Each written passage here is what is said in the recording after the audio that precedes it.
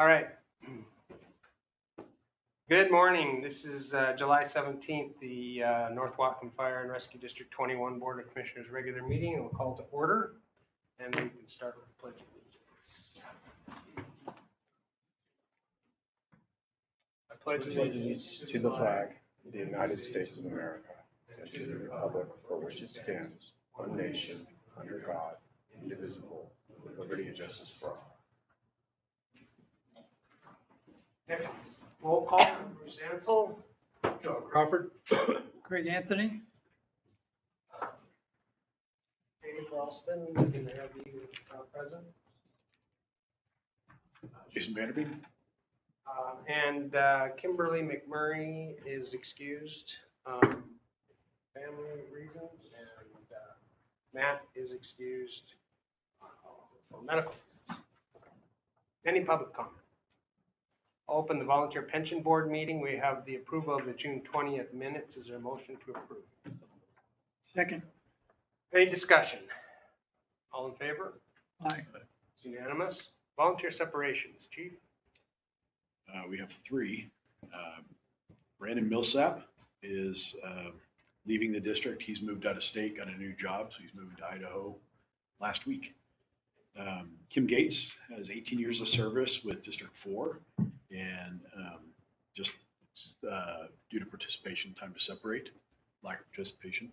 And then Sean Atwood has been with the fire district for 15 years. He's been a really solid responder out of the tender group and has changed employment and no longer lives in the district. All right, so we need a motion to approve their separations. Is there a motion to approve the separations of the three? Moved and seconded. Any discussion? Thank them all for their service, I'm sure. Yes, each of them will get a plaque. All right, wish them well. All in favor? It's unanimous. I'll close the Volunteer Pension Board meeting and open the regular Board of Commissioners meeting.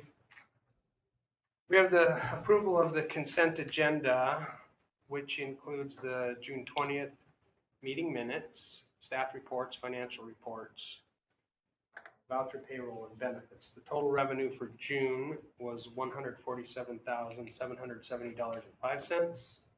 Total expenditures for July was $1,040,806.72. Direct deposit payroll, $438,016.25. Payroll taxes, $104,161.44. Benefits voucher, $273,518.27. L&I second quarter voucher, $144,206.49. And monthly expenditure voucher, $80,904.27. Is there a motion for approval of the consent agenda? Motion. Yeah. Second. Sorry. Discussion. Chief, did you want to talk about anything during this portion?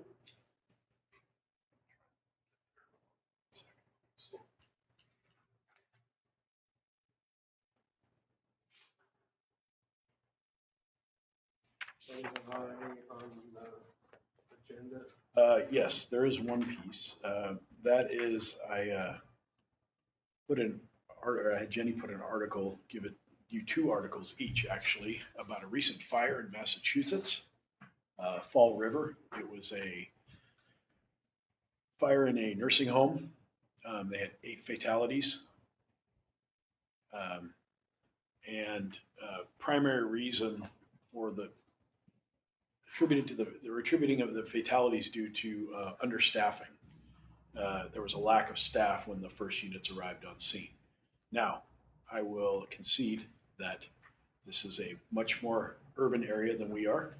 They had resources there much quicker. Their understaffing was the fact that 3/4 of their engines were only staffed with 3 versus 4. Due to the size of the facility, they had firefighters doing solo searches for people, solo rescues. It's one of those incidents where they were overmatched from the beginning. But with the additional, had they been fully staffed, the additional 8 firefighters that would have been on scene, you can only imagine what kind of work they can do. I gave you 2 articles, one from the union perspective, which I support what the union says, what the IFF says in this case. Also more of a news article talking about the incident itself. And I don't bring you this article to advocate for 4-person staffing, but we are reaching a critical point in North Wacom's future, our financial future, where we're going to have to make some hard decisions about staffing our rigs as we do today, which is at 3, which is minimally. I just wanted to put it on the record that here is another example of staffing. And if you were to scale this emergency to our area, whether it's a staff halt or an adult family home, or on the east side of the county or the east side of the district, or responding mutual aid to Linden, this could be us. And so Working on any safer grants? we are not working on any safer grants because safer grants were unfunded this year. We are working on some Department of Ecology grants for equipment and bunker gear, but no personnel grants this year.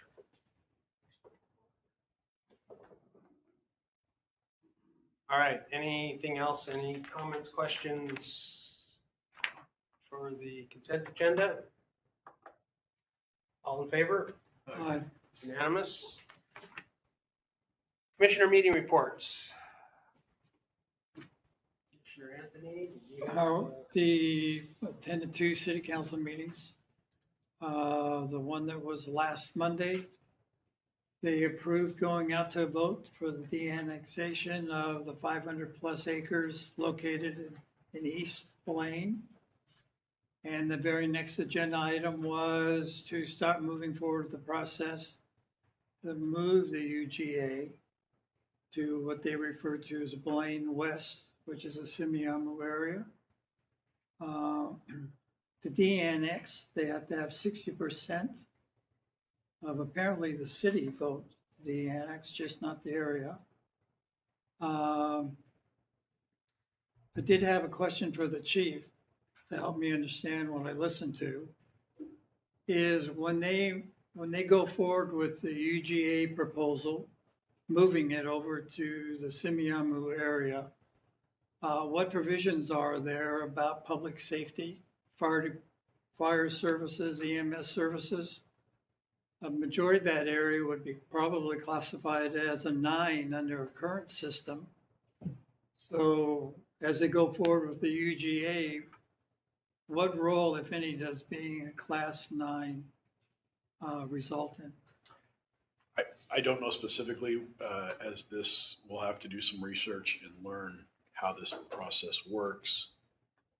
I can tell you we've had preliminary discussions with the city, not about this topic specifically, but this topic has come up, and they've asked us to just staff the station at Semiahmoo, and we told them what the financial impact of that would be, and they understand that we can't do it, but wish we could do it.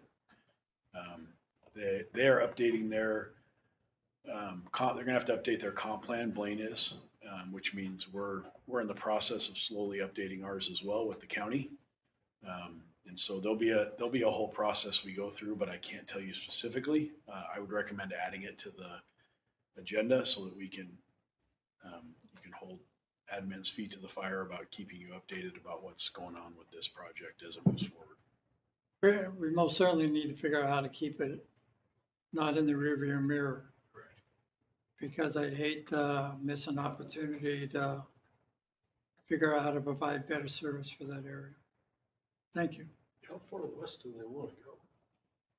What's that? With the UGA, how far west do they want to They're go? going over as you drive up Semiahmoo Parkway, you have all the community to the right. It's between the horizon and out to the ocean. Okay, that's a chunk.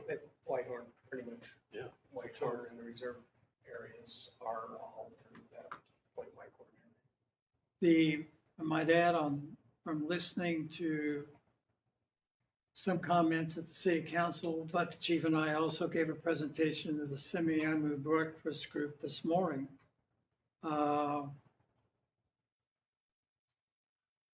Their concerns are traffic. And I explained to them, they also should be concerned about water because the existing developments or permitted developments have essentially used up all the water allocation. So water is an issue. Something's going to have to happen about water, not only reliability, but how much they have. And the third is wastewater. That my preliminary understanding is Birch Bay isn't wastewater. Folks aren't beating the drum looking forward to serve the area. So that's another cost to figure out how to get that effluent back over to this side. Because it's going to be down on the other side of the ridge. So you're talking lift zones and all kinds of stuff. So believe me, the Station 62 staffing is only one of many issues that have to be tracked and understood. City's got a big job trying to figure out all this. It just isn't easy to say, well, we're going to make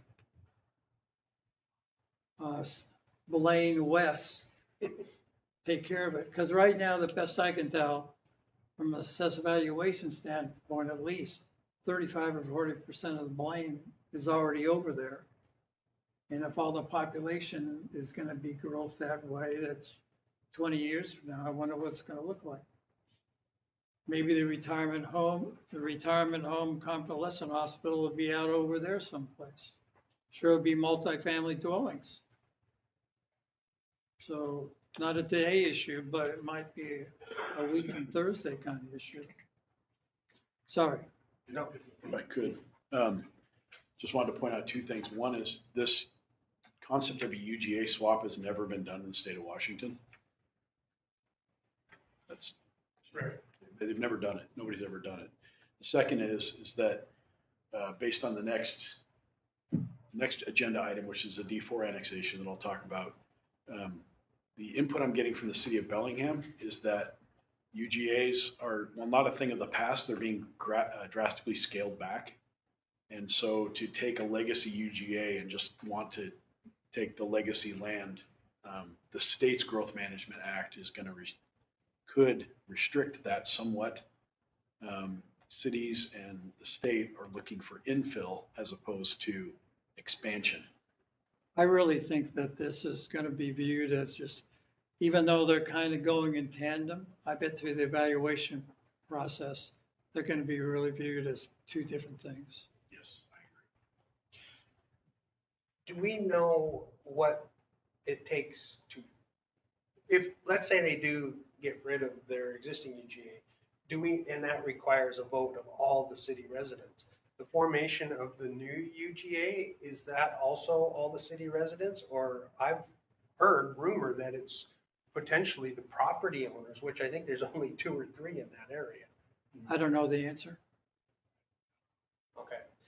So to add on to that, I sit on the Birch Bay Community Advisory Committee, and we have a meeting on the 31st of this month, and we have invited the planners from the county to discuss this issue, because I'm sure the county has to weigh in on this in their comprehensive plan that's coming up, as well as we intend to invite Alex Winger from the city of Blaine, and I'm not sure if that's happened yet. We have heard back from the county. We know that they're going to be at that meeting. I don't know if Mr. Winger is going to be there, but he would certainly be a key player who would understand where this project is going. So I'll be able to get a little bit more.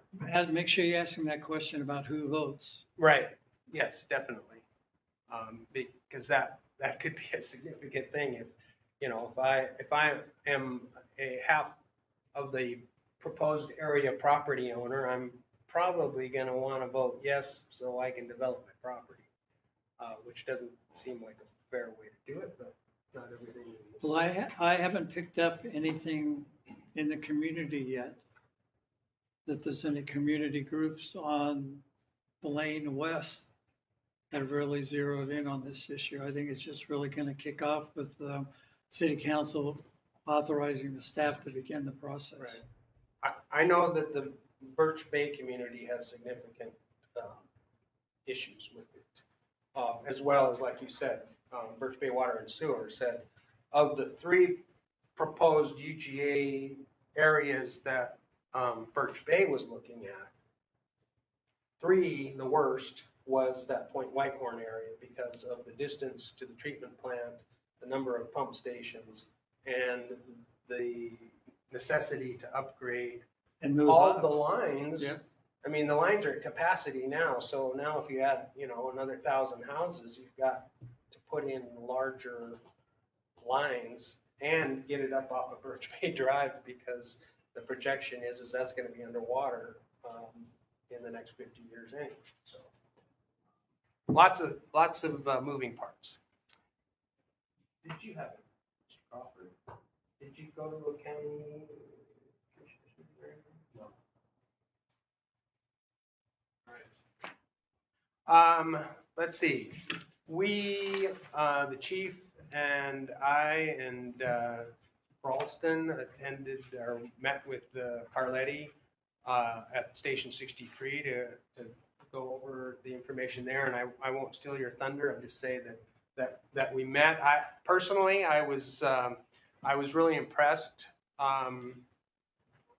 with him and his overview of the project, and I didn't feel like I was dealing with somebody who's trying to upsell us into something that we potentially couldn't afford. He had some probably 3 different scenarios that could potentially be in play there, and advised, are we looking at just a 5-year fix or a long-term fix, or where's our money best spent? So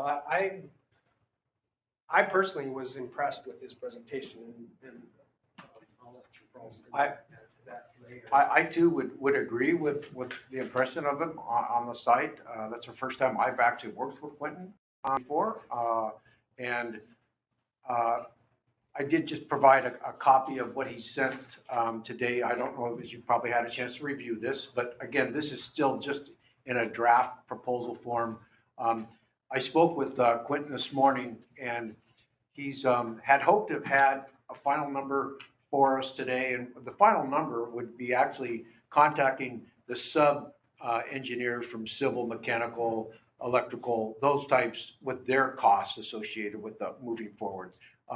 Now, that would that's not design or anything else. That's just an architect fee that he's trying to encompass with.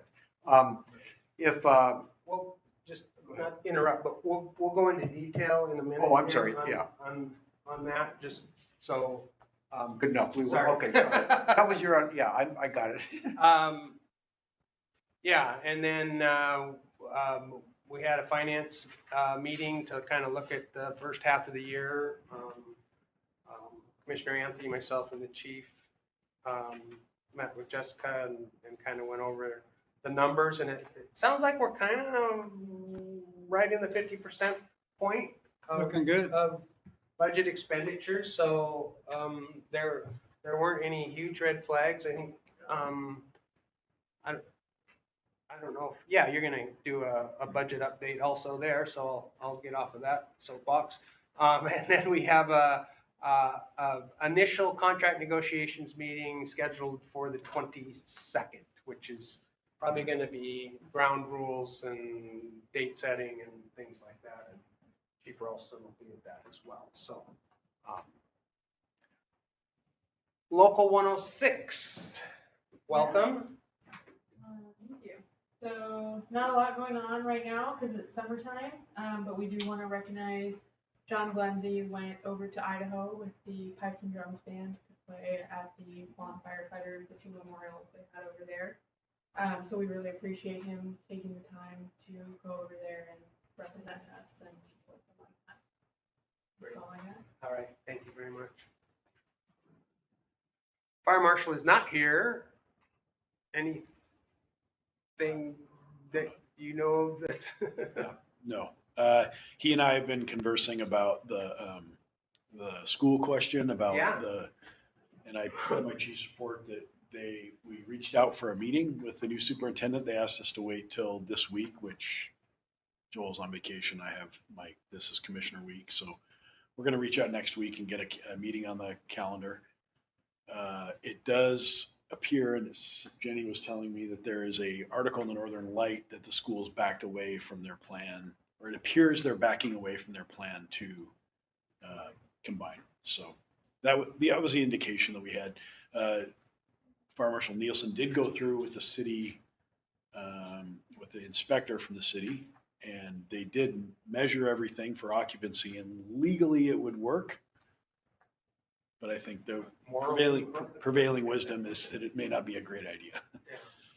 Good. Well, I think there's enough groups, the teachers union, the parents, fire department are all questioning whether this is a smart move or not. Right. And so hopefully they will reconsider what they're going to do there. Who is responsible for the fire lanes down at the Simiyamu Resort? Is that us? OBS. People are enjoying the parking spaces along that back fence. Oh, okay.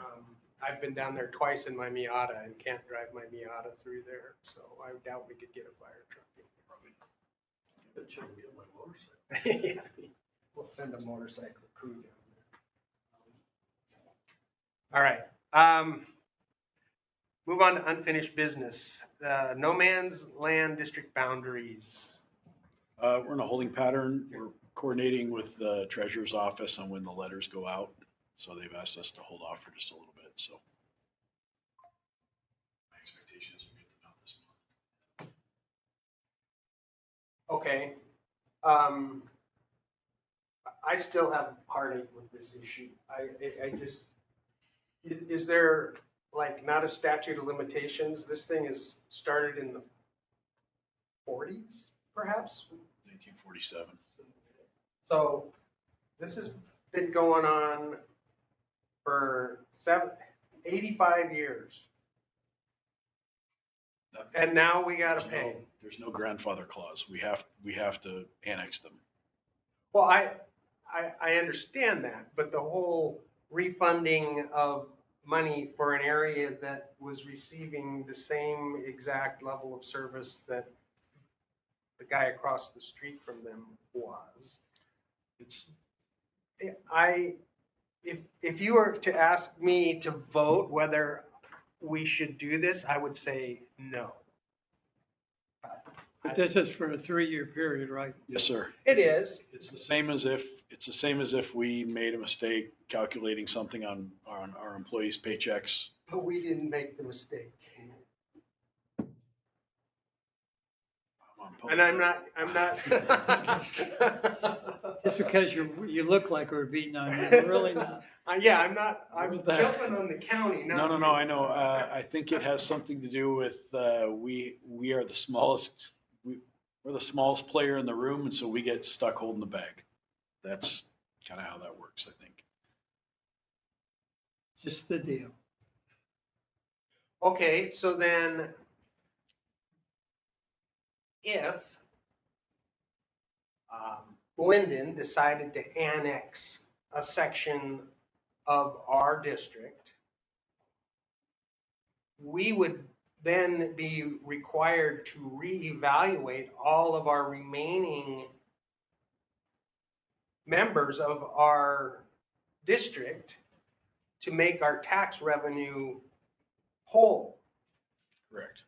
So does that mean now the county is going to re-rack everyone else in our fire district to make up for the loss that we incurred because of their miscalculation, i.e. District 4, if that annexation goes through, to get their budgeted money, they raise everybody else's taxes. So the county should, I'll pay my $5 or whatever it's gotta be, but I believe, and we can ask our attorney, that it would be up to the county to go back and reassess everyone in our fire district to make up for the loss.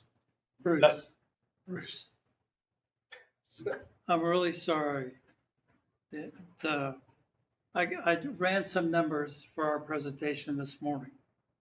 And between 2023 and 2024, the assessed valuation of the fire district went up $1.2 billion. Just in a year, $1.2 billion. So $1 million house in 2023 was paying $845. In 2024, that same $1 million house is paying $761. So they're paying $84 less, assuming the value of their house didn't go up. So your valuation issue is at issue, but the really issue is the 1%. It's not the value, it's the 1%. The 1% limit, which only gets us what, $236,000 a year. This year, 236. So it's the size of the toast is piece of toast is getting bigger, but the spreading the butter on is getting thinner and thinner. So I understand that, but I think that's a separate issue from how do we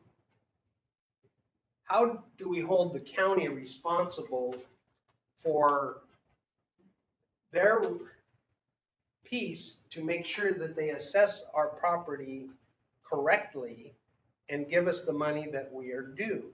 Now, if that chunk isn't in there, then it's their responsibility, in my opinion, that they spread that amount through the rest of the taxpayers. Oh, I see what you mean. That's what the law or the rules. That is what will happen. But not for the 3-year back pay. No, we get to pay that back. I say we sue the county and get our money back. I'm sorry, I don't mean to be a pain, but No, I would love to. No, you're correct. Somebody from the county should have been fired.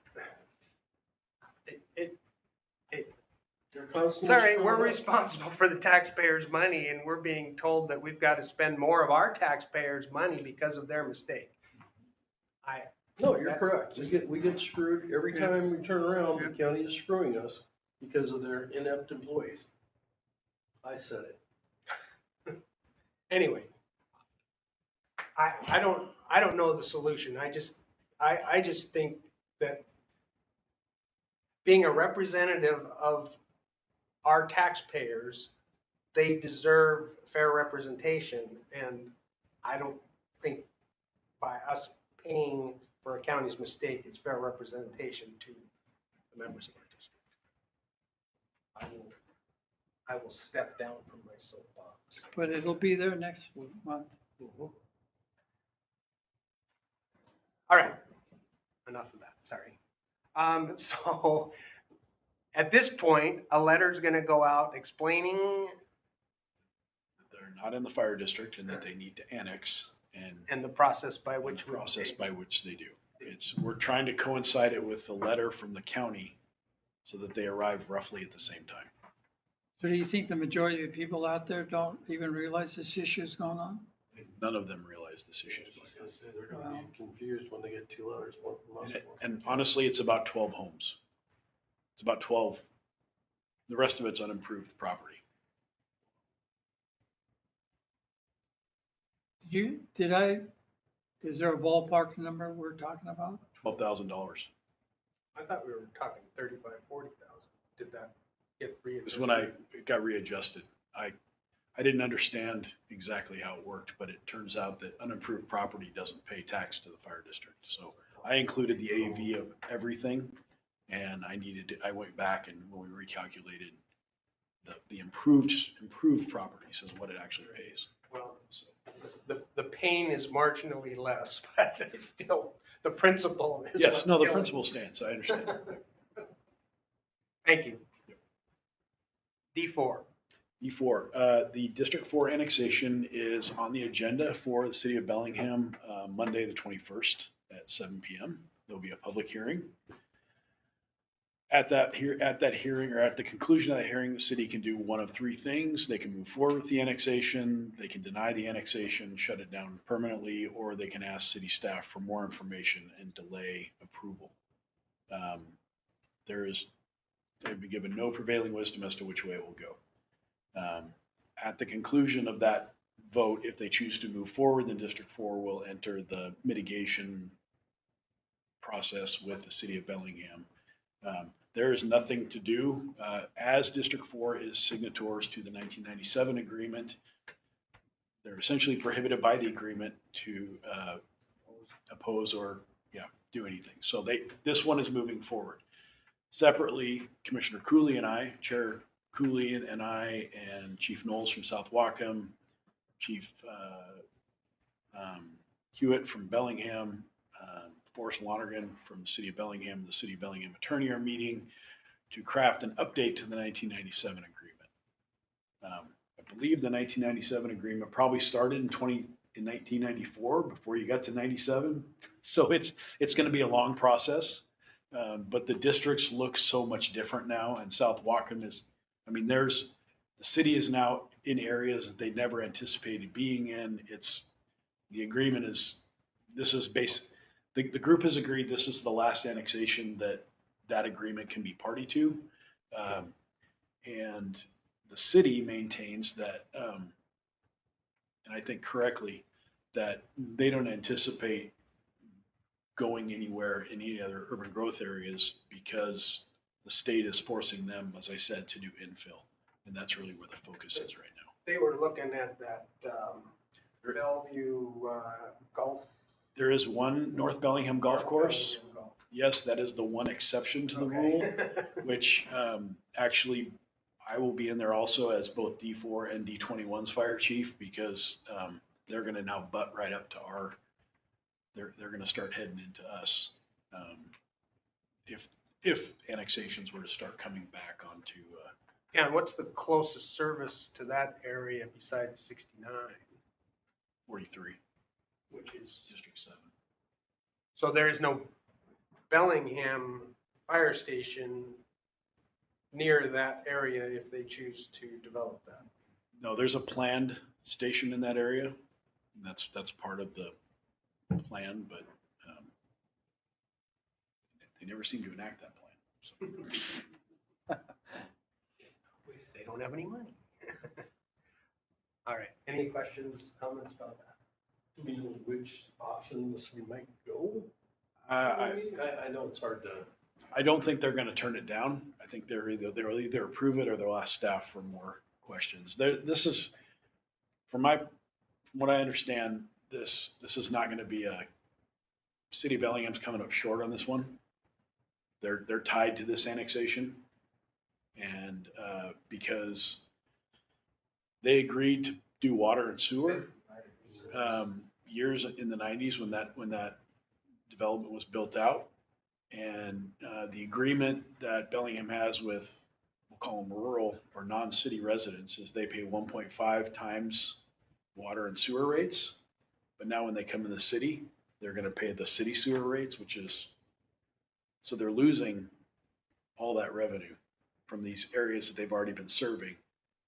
And they don't really need to put any new infrastructure in. There's already sidewalks, streetlights, all those things, but it's still a net loss for the city when you look at, So they would lose 50% of their 50% utility of their rate. utility revenue. So, but because they had this agreement from the beginning, they have to. Right. Yep.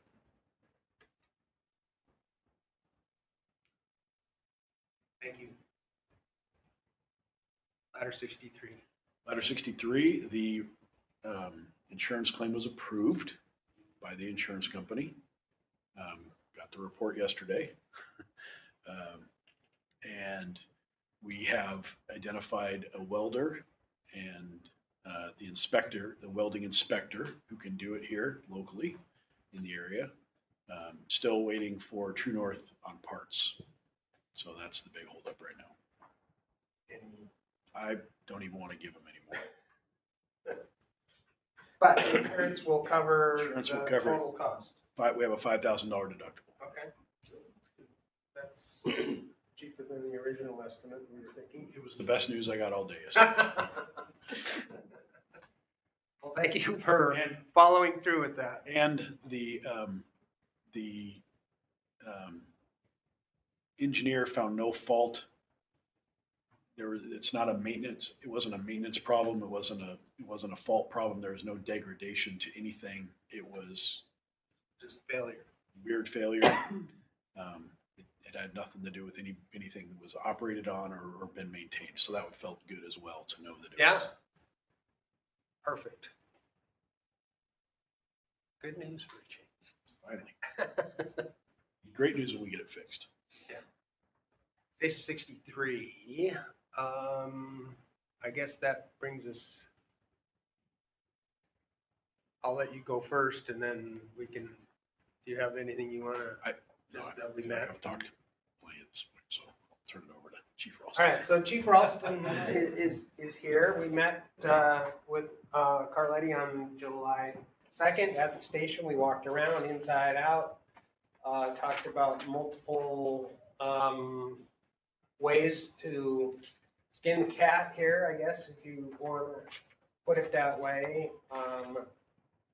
And I know, the board's concern, of course, is financial and how much this is all going to cost, but I think I'll speak for myself, we need to do something. Sometimes it costs money to do that. And we need to be prepared to figure out how to fund the project. We're not building the $80 million station in Bellevue, but hopefully we could come up with something that's more user-friendly, safer, and works better for our person. Yeah, thank you. Sorry for jumping in a little ahead of time. No. Should have looked at the agenda. But anyway, we did have that meeting out there that day. Again, I'll just reiterate the fact that I did like working with Quentin on that. I think he was reasonable with the understanding of our costs, keeping in mind, he's well aware of the financial constraints moving forward and how we've got to be careful on the cost for this, but we do need to have something done. I was hoping today that we would have a more completed document than the draft I just passed out this morning. Again, this is just kind of a summary of what we did that day out at Station 63. I'll have I'm not going to go through the whole document now, but I just will say that he did come up with a couple of different options that we, per our walkthrough and discussions, whether it was a complete tear down, rebuild of the station living quarters, or was there an opportunity to maybe redo something internally? And in his just professional opinion, doing something remodel internally is going to be the most cost-effective, less expense than a complete tear down and remodel. But we still have to get to those numbers for that. He is currently working with his subs for a proposal fee that would be set up for their fees. We don't have construction design numbers yet, but we would hope he's going to have that by next week. We'll have an updated AIA contract proposal, some numbers for our next meeting. I would anticipate that we could also have that the contract enough time that we could run it through legal and have them give their okay. So by our next meeting in August, we should have numbers that the board could then look at and then approve for a contract for the architect for that. One of the areas that he did recommend prior to that is getting the site surveyed. There is not a current site survey available. With that, there's not any as-built of the station currently that they could look. So that's going to have to be done. And the district is going to do that themselves outside of Carletti's involvement for that. I like what he's talking about. If there's some things that we can save some costs on, we can do that. And I've asked for 2 site survey estimates. I expect I've got one that's in play, both from Bellingham. The other I'll expect next week. The individual has been on vacation and he comes back to work on Monday. So then we'll at least have an idea what the cost would be to have the site survey done, exterior, which would be boundary points, station exterior, probably utilities, that type of stuff. And then the other item that he requested was there's a design company out of Issaquah that would actually come in and do the internal schematics that they would have to do a remodel of the station, and he needs to have that. Whatever we do, we have to have those. That's And we don't have any as-built on record anywhere. We don't have the actual as-built. We've got the sprinkler plan. We've got a couple plans, but we don't have the actual as-built that we need. Is there anything on that back edition from? I mean, it was a more recent. There, we have some on the back structural edition, stuff, but whatever. we need the front. The Sure. front half is missing. So.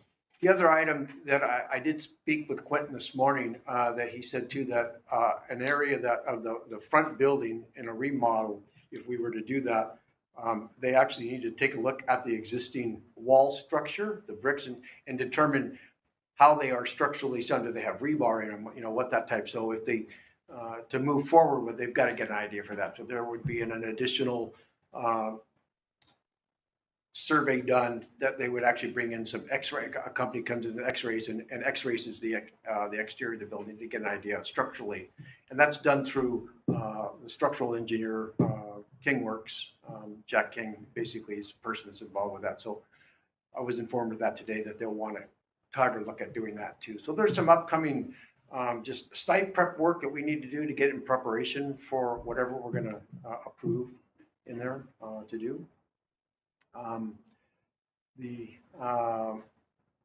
Again, those estimates and contracts will be done, and payments will be done through the district, not through the firm of Carletti. One of the areas too, the AIA contract is actually something that he's going to purchase and we'll reimburse him for. That's like $150 cost that they then fill it out and get it. That's what we're going to start to use. So there's a cost associated for this contract that we purchase online, and then he goes in and fills it all out. So he asked if we could purchase it. I said, just go ahead and purchase that and include it in that, and he's going to prepare that as part of the document that we go forward with. And that's for the agreement for his services, or? Correct. That's the AIA contract. Yes. So there will be the scope of work, and then there's the actual contract. That contract would be in a Word document that we could then ship off and make comments back and forth with attorneys and themselves to get an actual agreement in play that we'd have. Hopefully, we should have that ready for our next board meeting. Is the intent to use the mitigation funds to take care of this currently? Yes. So there will be some costs associated with that site survey, internal. I will have a better idea. We will have those numbers by the next board meeting, what those are going to be. You know, I think the initial one was around, the site survey was in the $5,000 range. I'm going to compare that, make sure that's a good number. I don't have anything for the 3D internal yet. We'll have that next week. So, but we're not talking about large dollars, but there's cost associated that we'll have to take out of mitigation fees to make that happen. And from my understanding when I was there, he felt that this, in lieu of the as-built, this 3D company was a good way to go. and they came highly recommended and Yep, they'll come in and basically laser everything in there and you'll get complete modules so they can use that to look at remodeling how the station would be. And they've got to have that in order to do anything for proposals outside, even for a tear down. And if we move some stuff, they're still going to need that type of stuff to work with. So These will be digitized from the beginning. sure. We would have been able to provide paper as-builts that would have had to been digitized anyway, so it's, Yeah. you know, It would be cost either way. And so just to sort of wrap my head around the potential options that we are looking at, I mean, we had talked about scraping off the front living quarters and bringing in modular stuff. I was at Peace Health recently and noticed that they have a ton of those out there, which actually look pretty good. Complete tear down and rebuild, which I think is most likely out of our budget realm, and then remodel the front for like community room and offices, etc., and move the living quarters and all that to where the mechanics bay is, and then build a less expensive mechanic shop somewhere else, which is cheaper if it's not attached to a fire station, right? If you were to leave the mechanic bay there, the requirements to have that attached to a fire station are significantly greater than, hey, we can go to Haney and put up a pole building or whatever it takes that's insulated and safe and has lifts and would be an option. Hi. What do you need? Just from O'Reilly's here. I have some paperwork and stuff that you might be interested in purchase wise. I noticed you don't have an account with us when other. We're actually in the middle of a commissioner meeting. If you need to talk with the. if you could leave it on the counter and leave your card, I'll have the mechanic get in contact with you. Perfect, thank you. Thanks. sorry. Anyway, back, if we decide to do that, it might be an option to move the living quarters into that back area. Locate them, and I think that's going to be one of the cost estimates that they're going to do and prepare for us so that the commissioners can look to decide the best avenue to go. I didn't realize that back section was built at a different stage. What year was that? 96? It was 96. So newer, it actually, I think, is seismically safe, which I don't think the front is, but, so that has some pluses That's a potential. It does. to it. And I think with the height, The height was good. talking that you could potentially have an upper floor for bunk rooms or whatever, so, we just had more people. Is it, no one here at the station? Sorry. Blood pressure check. Oh, I think they're on a call. Can I have a question? Yes. So when it comes to design criteria, is your perspective, Chief, is that we're building something to take care of sleeping 4 people, or are we building something that's gonna take care of hopefully someday an apparatus and an 8-car both? So 20 years from now, what are you? I would say I would recommend building it for no less than 7 personnel. To house 7 personnel. So a 5-person crew plus a battalion chief plus a trainee, probie, some sort of training capacity, so that there's extra space. My stage in life, I judge roofs and fences that they're gonna outlast me. So I'd hate, if I can have no write-in candidate not beat me for election here, I would like in the next 6 years not have to revisit this issue because Correct. we're a half a bit short. We need to build it. And there's a local school district that built a brand new middle school, and it took quite a lift to get the bond passed to build it. And they built it, and it was over capacity the day they opened it. And the public's never let them forget it. And I don't want to be that guy. So no, we need to build it for the future, look at growth and plan accordingly.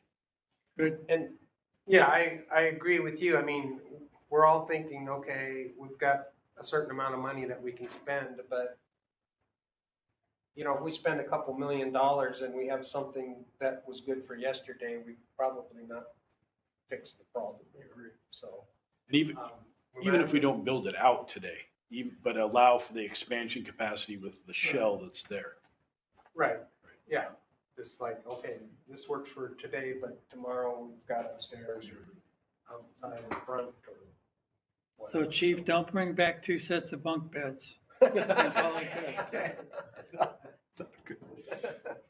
Anything else, Chief? No, that's- No. Thank you very much for the time you're putting in on that and your thoroughness and I guess if we get information ahead of the packet, can we forward it out or just so that we have time to digest it a By all little bit means.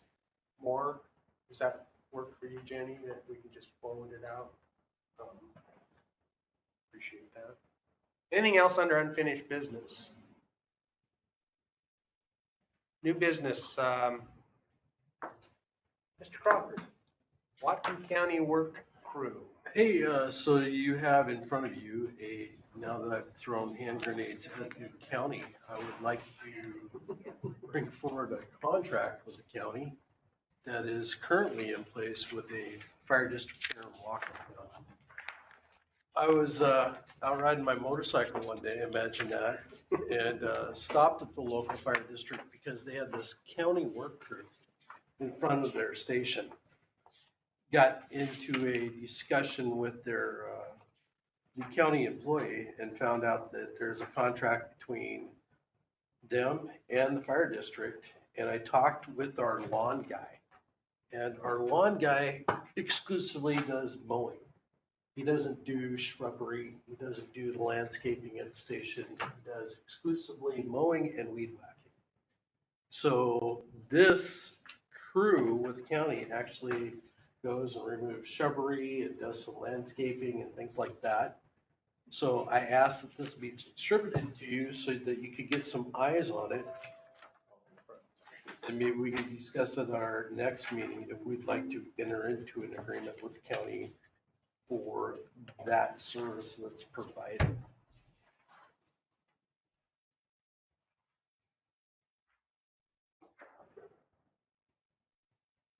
You understand that our law guy's not doing landscape.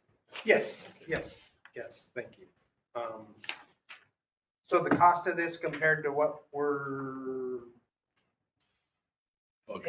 compared to what we were paying that's way more affordable. this is? It's just, I think having reviewed the contract and the terms, it has merit. We can certainly use it. It'll be great for like fall and spring cleanups. First thing I thought of was the shrubbery, the hedge in front of 63. So it's I believe you get 40 hours. You can get up to 40 hours a year. Okay, And they like it in 8-hour blocks. It's back here in Exhibit B of the cost and everything. Gotcha. Associated with it. So yeah, no, I'm happy to reach out to them and bring you a draft contract. Make a quick comment. I've used them before when I was the chief and just for those specific projects, once or twice a year, come in and do them. right. And they were good. The supervisor that was usually in charge made sure things got done. They're not necessarily there for their time commitments in the morning hour, but it is a good service to do, and I was happy with the work that they did. This has been a few years back, but That's South Walker's It is, contract. okay. we're looking at. I wondered if I didn't want to throw that out there, but yes, it is South Wacom. So if Tony was here, I'm sure that he would, just like what Dave said, say the same thing. But Haney and Simeon would need some work. All right. So what do we need? Are we,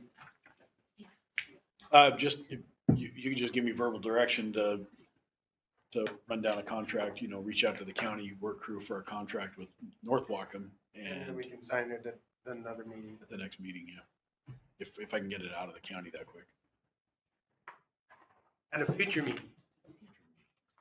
Very good. Does that sound good to you? Yep. Okay.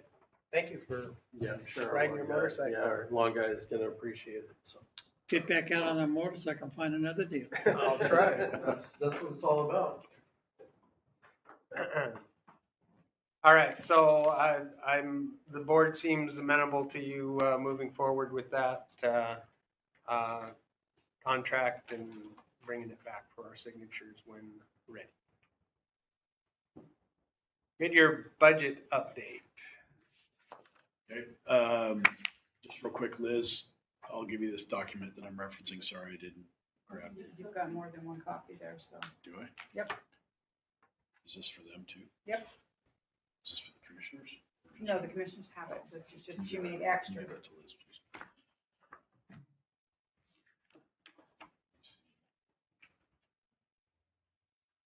Okay, so as Commissioner Ansel alluded to, this is kind of just a mid-year budget update. We're halfway through the year. Books are reconciled in this, in what you see here in this budget versus actual to the end of last month. And we're sitting right at 50% in most divisions. And I don't have any particular areas of concern. Well, I have one that I would like to bring up. But really, when you look at this, I would encourage you to remember that there are certain things that we pay in January every year. And so that's going to max out that line item. So for instance, insurance. And you'll see insurance spread through administration. You'll see insurance in our fleet budget. You'll see insurance in facilities. So some you're already going to see them at 100%. What we're looking at, or what I look at this is the division total in bold at the end, and that's where we gauge how are we doing mid-year. The biggest area of concern that I have actually right now is building maintenance, which should come to nobody's surprise. We are at like 89%, I want to say 79% for repair and maintenance of stations in the line item. I will be honest that I don't typically throttle that unless it's really a superfluous fix. Some of the things that we fixed this year have been HVAC units, which are, they're aging, just like all of our stations. We had to fix a pressure reducing valve here at station 61, the hum that used to go on overhead every once in a while. That's at a prevailing wage, that's a several $1,000, expense. So we've tried to break things out and add more lines. So you'll see lines for things like appliances, furniture, repair. We've also broken out what we consider maintenance service contract, which is linen sheet metal or plumbers, those kind of things for ongoing maintenance, so that we're not using money from the maintenance to pay for preventative maintenance. But the problem is that everything's old, and it's getting older, and it's getting more expensive to repair and replace. Other than that, I am pleased with where we're at. We have not had to transfer any money from reserves yet. And I say yet, capitalized, underlined, and bolded. That will happen before we get our next disbursement of money of funds from the county in October. I anticipate September, we're probably going to have to transfer about $1 million out of reserves, up to $1 million out of reserves to pay our bills. And we had Budget of projected 1.6. 1.6. So that is my budget update. Please take a look through, Commissioner Anthony. Is there any planned apparatus purchases the remainder of the year? No. What's the next apparatus that's up? Engine 61. Well, Engine 61 is the next fire apparatus that's up. 8 cars, plural, are the next. Yeah, I know. So, engine 61, how many years? It is 2007, so it's 18 years old. They're coming right up against the limit. Yep. How long does it take to get an engine? 2 years. 2 years. It's going to go over. We're going to need to order something in 2026, basically. So does the way the district works, we already have, this is what we want our engines to look like? Yes, sir. We have a spec. And we've revised that spec from a total custom to basically like a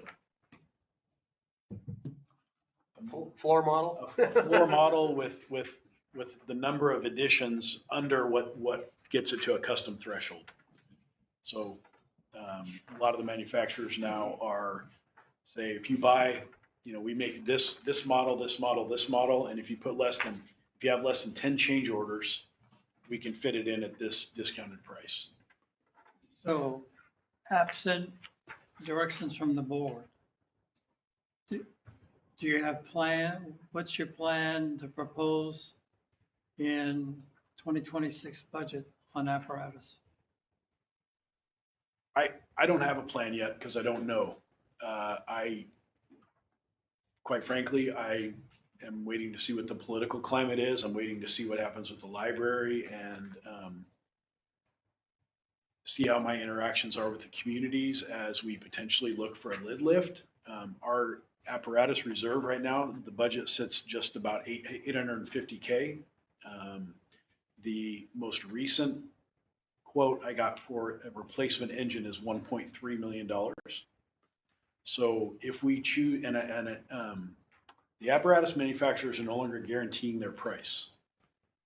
You are signing a contract for an assumed amount, but the market drives the final price. So I don't want to commit all 850 plus money out of the operational budget that we already don't have because we budgeted 1.6 in the negative. I gave you an article about 3-person staffing, which we know from the NIST study is less than ideal, but it's 25%. It's what we can go with. It's what we can do. I'd rather have 3 people arrive on an old piece of apparatus than 2 people arrive on a brand new parade rig. So we collectively are gonna have to make that decision. I will bring you the plan as soon as we get some clarity about which direction we're heading. But right now, I don't want to put all the chips. I don't want to take all of our apparatus reserve and plus some and spend it. It just seems foolish. I think we talked about not paying cash for anything anymore anyway. Yes. Can't afford that. Well, but we're still committing. And Right. No, but a 10, 15-year payment is cheaper than a lump sum. It is for the income that we are currently receiving. I agree, but we can't service debt with apparatus reserve. We have to service debt out of the operational budget. And the operational budget only grows $340,000 a year. So every 5 years, I guess. And sorry, not to be the Debbie Downer, but we just talked about replacing a station, which we can't take that money. If we can use mitigation to a certain point, Right. which we have, 650K, but we're obviously talking about potentially financing some. That too can't come out of facility reserve. That has to come out of the operational budget. So how many, I'm sorry. Now, Can't have a new. The way I think about this, every time we talk about this, it comes out of operational reserve. You know, I harp on 240,000, whatever it is, increment, but when we really talk about it, it's shift days. How many days, shift days on engines are we promising?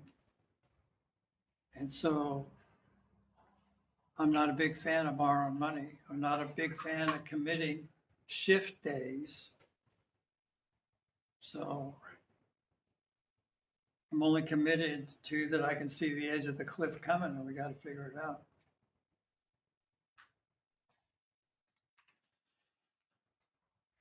Any questions about the budget? They're doing, I had a chance to watch this over the last 6 months. They do an outstanding job. Outstanding job. Yes, and thank you to Jessica for providing the detailed report. yes. And for bringing a new perspective to budgeting and helping. That was really pivotal this year, is to help us break out and really nail the budget is a story. And it used to be, those of us that were here several administrations ago remember page after page after page of spreadsheet data. But we winnowed it down too far. So we do need to expand it out a little bit to be able to see exactly where we're spending money. And we're getting better, and Jessica's perspective has been very helpful. BLS debt collections. Talking about money. Sure. Before you is a draft resolution. I am not asking for approval today, but each year we do BLS transports, and each year we write off a significant portion of BLS transports. We do not take anybody to collections. Unfortunately, I think the time has arrived in looking at our financial future that we need to count. We need to be made as whole as possible when we provide a service to the public. One way we can provide revenue is through BLS transports. And unfortunately, about $100,000 a year goes unpaid. And there's no recourse. People can just walk away from it. This is not removing the ability for charity care or for me to waive individually charges. I do that multiple times a year. It involves a process where the person writes a letter and they provide documentation, and I do have the ability, or you've given me the ability to write those off, and 99% of the time I do. This is designed for only people that have insurance, so not Medicare, not Medicaid. We are not legally allowed to collect from people that have those forms of health care. People that have insurance that don't pay their portion, that they're out-of-pocket expenses. Copay or their. Correct. That's all this allows us to do. So there are other districts in the county, namely Fire District 7, that does this. They do get $70,000, $80,000 a year worth of revenue out of it.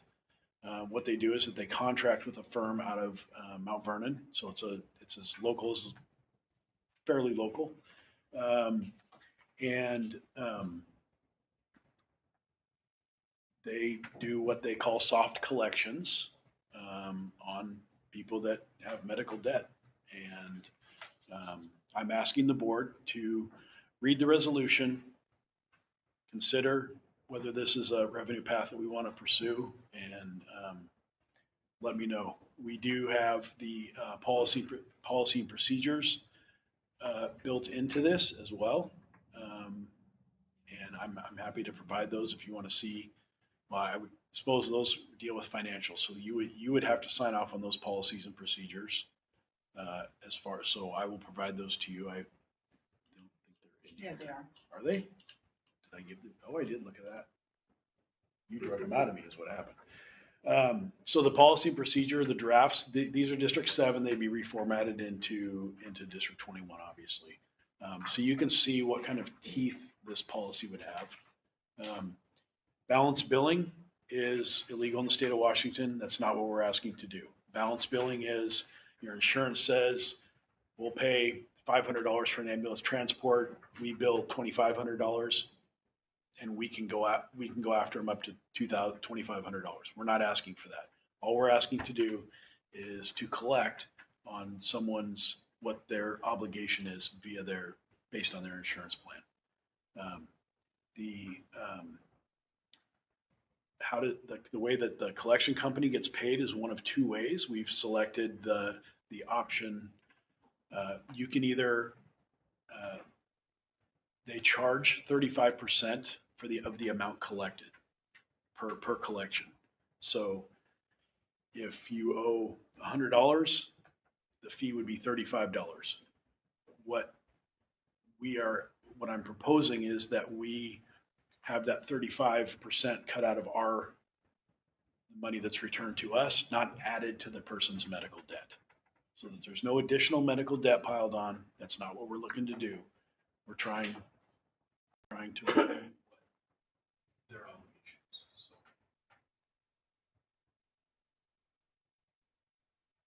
So. It seems reasonable to me.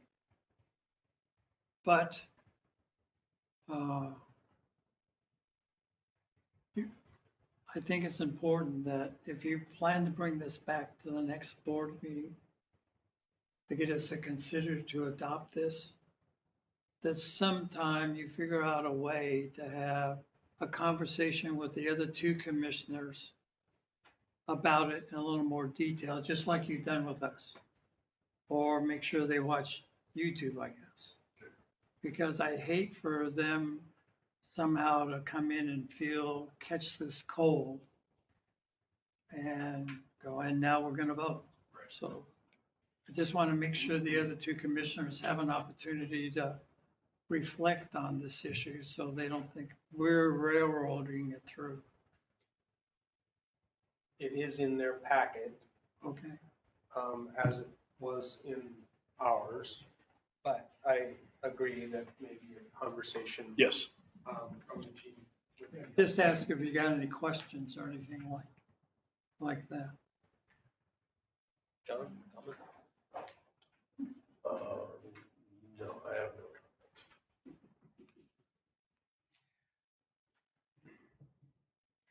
EMS transport fees have grown throughout the fire districts over the years. We used to not charge at all where I came from, maybe here as well, but it's the cost of doing business. And unfortunately, every time we ask the public to fund our operations, they say no. And we can't do business without funding the operation. You know, $80,000 isn't gonna pay for a lot, but you know, fuel costs go up and everything is going up greater than 1%. And we've got to, I guess, demonstrate to the public that it costs money to run a fire department. And if they're not going to fund it, we're going to have to figure out creative ways of doing that. So I'm supportive of the proposal. I'd like to make sure the other two commissioners are aware of why we need to do this. Now, this also goes back to our budget prep last year, right? We sat down and talked about ways of generating more income, and this was one of the things on the list. So appreciate you following through with that and bringing it forward to us. So I hope we never get to the point where every time we go on a call, we leave an invoice for our services before we go home. That, I mean, unfortunately, if people don't approve our levy lifts, it may come to that someday, but I hope we never get. Any other new business? Correspondence is in our packet. I appreciate the county punting their responsibility on enforcing fireworks ordinances in our jurisdiction in Birch Bay. Board meeting attendance on the 21st. Here, I might have to zoom in. Are you driving bus? Yeah, I'm gonna start that again, but I've got a motorcycle trip planned, so. As long as you can take your helmet off I might be in Arizona, we'll see. in August. I know. I'm available. We'll see. I'm assuming Kimberly and Matt are, but we can check.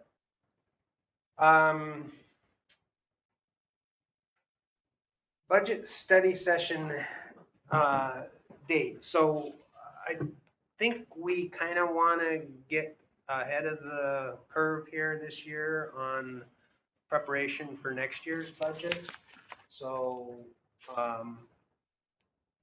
sometime after Labor Day, and in between contract negotiations, excuse me, if we could start looking at calendars and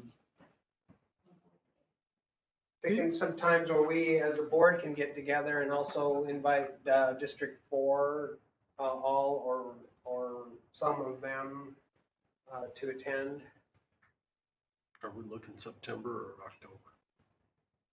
After Labor Day, I think was, yes. So we have some, I'd like to offer up a couple days, Wednesday, the 3rd. Wednesday, September 3rd.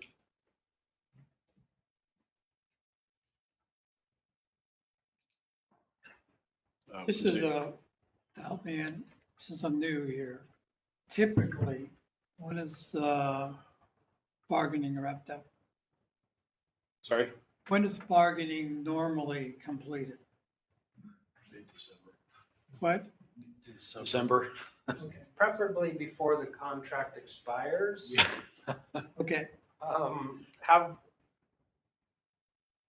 We went past, what, 3 contracts ago, So I there was think? 3 contracts, 2 or 3.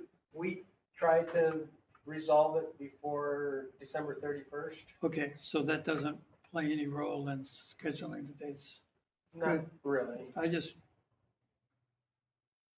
It's probably, well, beneficial for planning purposes too, to figure out where we are in the contract proposals for budgeting.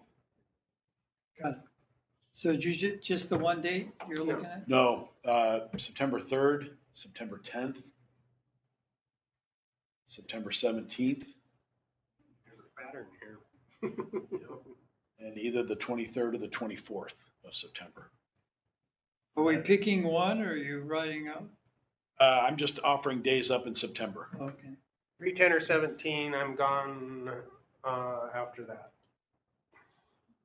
For 3, 4 weeks. So what time are you talking on these dates?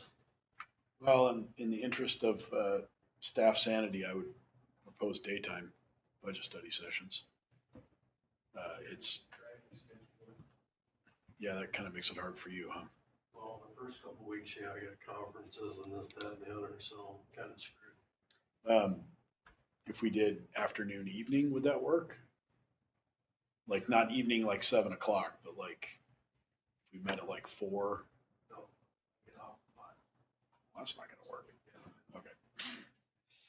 We find some times and we'll see if something can work. I'm usually done at 9:30, from 9:30 to about 1. Good. Then I go back. Good.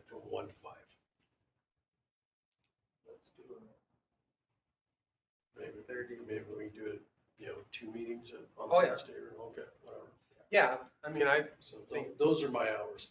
Those are kind of what I'm Your limited to. staff would prefer daytime. Yep. I am available 3/10/17. Okay. Kind of looking like 10th and 17th maybe. For what? 10th and 17th. Craig, where are you, Well, the earlier the better in the month.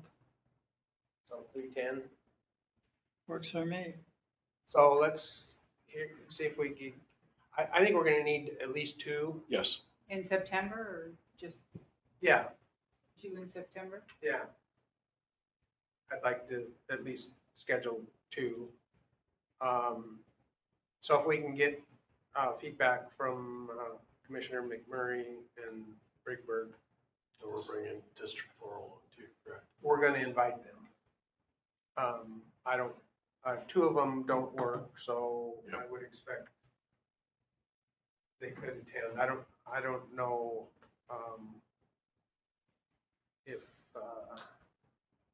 who's, Mr. Land works. yeah, whether he could Zoom or whatever, but anyway, we'll extend the invitation to them. So with that, we'll see what the most people can make it. We may not be able to get everybody, but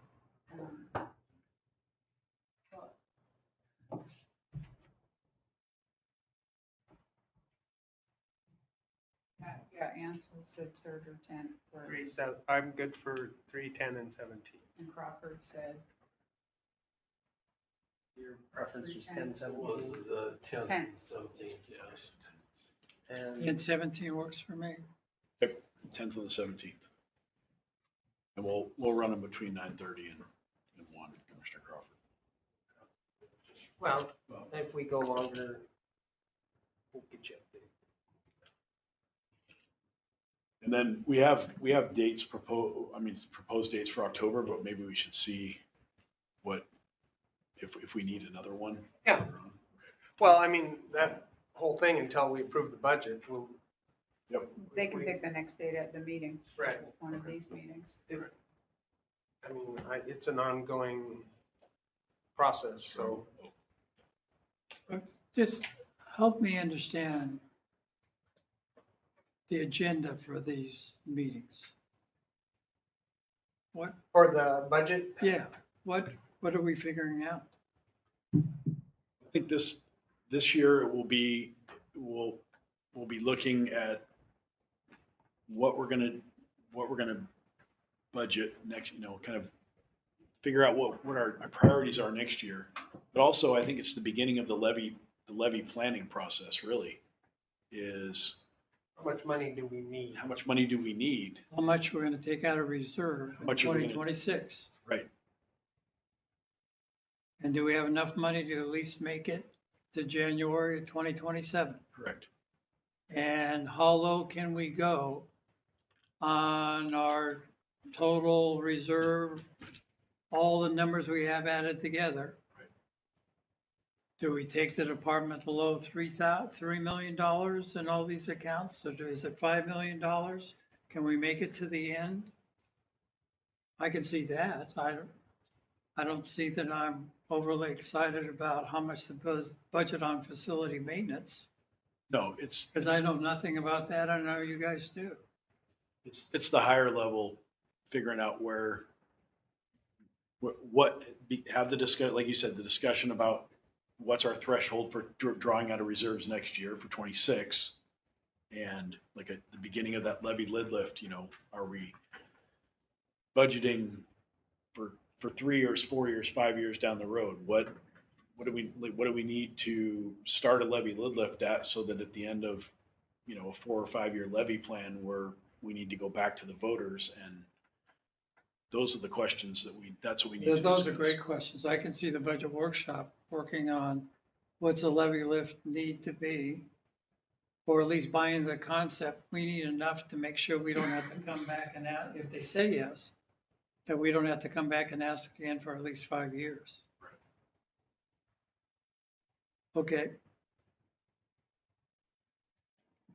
Next meeting, agenda items. So we have the response performance review, I believe Commissioner Anthony had brought this to our attention that we have this resolution from 2011 that suggests that we get a report on our performance. Yes, and the chief's got all the numbers. We worked together to get them done. But it's not there's so many things going on right now.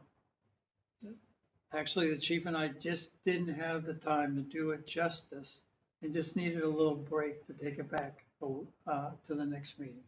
Okay. Just too many irons in the fires right now. But we have this now for the board to review and then have a discussion about it at our next meeting. Yeah. So I encourage the three of us and the two that aren't here to make sure that this wasn't in our packet. So, No, but I can send it out. yeah, to make sure that we Yep. get that out so that everyone can take a look. Awesome. And thank you for working on that and bringing it to our attention. I think it's going to be really important information as we help educate on what our extra response time are into different areas of the district. And you only can do what you can do. You can't say, okay, everybody, I want you to drive an extra 10 miles an hour and get there quicker. Distance is distance. And 9-minute train delays are a reality. As I experienced this morning. All right, so next meeting, we've still got the district boundary issue. We still have D4 annexation issue. You can give us ladder 63 in your chief's report if that happens. Doesn't have to be under unfinished business. Birch Bay 63 will have some hopefully hard numbers to look at. The work crew contract, if it's available, you can put it on. If it's not, it can ride until it's ready. BLS debt collection. We'll have a clean resolution for next meeting for that. And then finalization of the budget study session dates. And the performance review. Got a lot of stuff to do. Any other business? Nope. Move to adjourn. All in favor? Aye. Meeting's adjourned. Sign